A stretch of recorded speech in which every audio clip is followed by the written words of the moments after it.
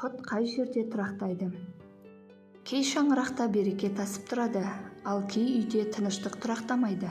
Неге? Халқымыз мұны құт деген киелі ұғыммен байланыстырған.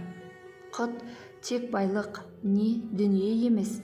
Ол шаңырақтың берекесі, отбасының тыныштығы, дастарханның ырысы, үйдегі жылулық пен жайлылық. Бабаларымыз құтты жерге келін келсе, қой егіз табады деп бекер айтпаған. Өйткені береке мен бақыт кез келген босағаға тұрақтай бермейді. Оның да өз қалауы бар. Осы орайда көнеден жеткен бір тәрбиелі тәмсілге құлақ түрейік. Бір үйдің берекесі қашып, ұрыс керісі көбейіпті.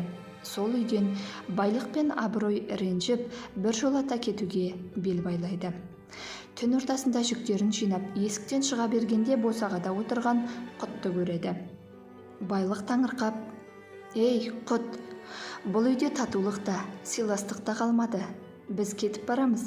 Сен неге отырсың? Жүр, бізбен бірге кет», дейді. Сонда құт жымиып: «Жоқ, мен әлі кете алмаймын», депті.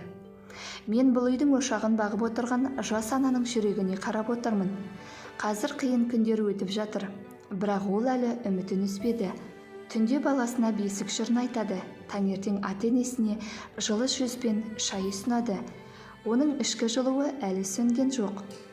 Мен мейірім мен сабыр бар жерде ғана өмір сүре аламын. Сондықтан мен осы шаңырақта қаламын». Құттың бұл сөзіне байлық пен абырой ойланып қалыпты. Сөйтіп олар да кері қайтып, сол үйге қайта қоныстанған екен. Көп ұзамай әлгі шаңыраққа тыныштық оралып, ісі алға басып, берекесі қайта толыпты.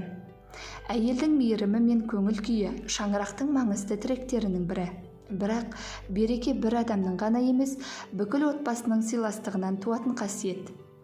Құт айқай мен өкпені емес, жылылық пен құрметті паналайды. Сыртқы жылтырақ пен өткінші қиындықтарға бола, іштегі мейірімді өшіріп алмайық. Әрқайсысымыз өз ошағымыздың шаңырағын сөндірмей, сөзімізді жылы, ниетімізді түзу ұстай білейік. Шаңырақтарыңыздан құт пен береке ешқашан кетпесін ағайын.